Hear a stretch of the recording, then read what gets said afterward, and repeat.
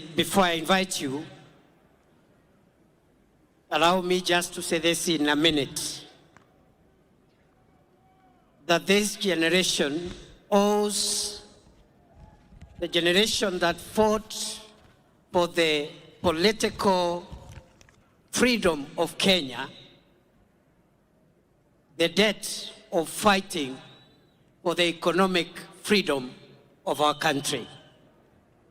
As you lead us, Your Excellency, I am satisfied that we are on a course of paying the historical debt of our forefathers who fought for the freedom of Kenyans to govern their own affairs and to rule themselves. We are paying that debt by ensuring we also provide economic freedom to Kenya and its people. Number two, Your Excellency, in that journey, I am equally persuaded that we as a country, and with you as our leader, we are also creating a more inclusive Kenya. From an economic standpoint, for a long time,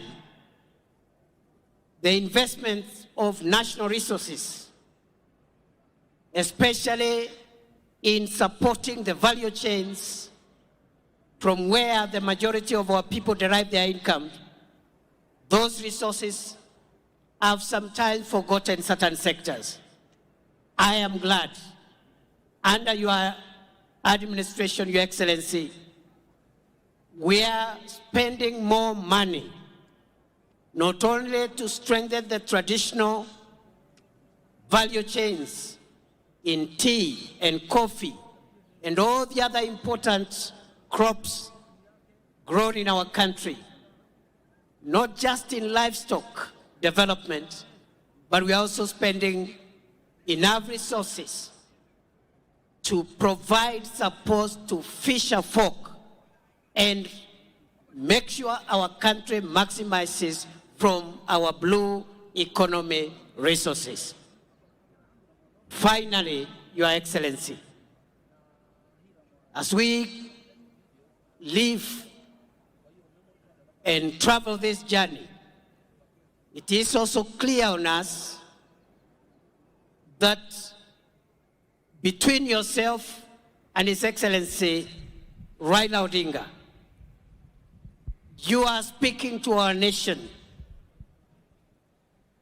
so that we can forge closer ties among ourselves as citizens of Kenya,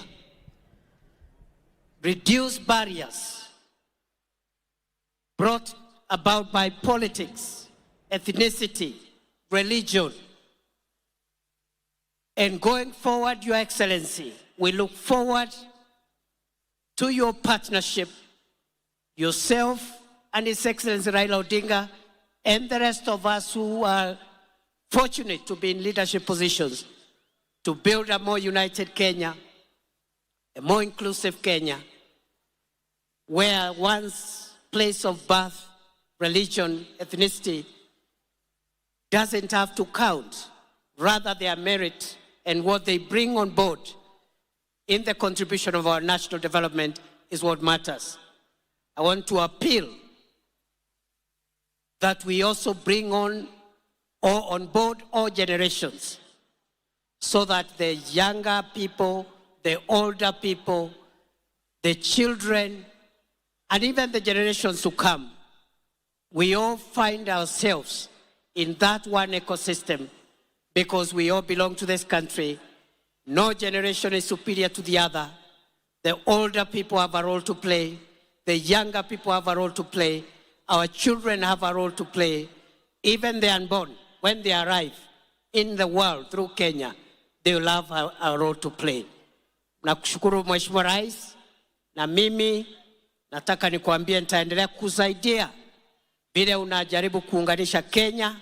Nimshukuru mzee wetu Mheshimiwa Raila Odinga ambaye ni kiongozi amesukuma siasa ya Kenya kwa muda mrefu before some of us even arrived in the scene. But he is courageous enough, patient enough all the time to consider Kenya greater than each one of us.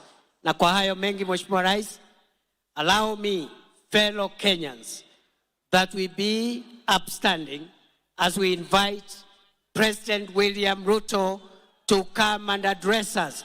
Wapi shangwe na vigelegele jameni? Asanteni sana. Welcome, Mr. President.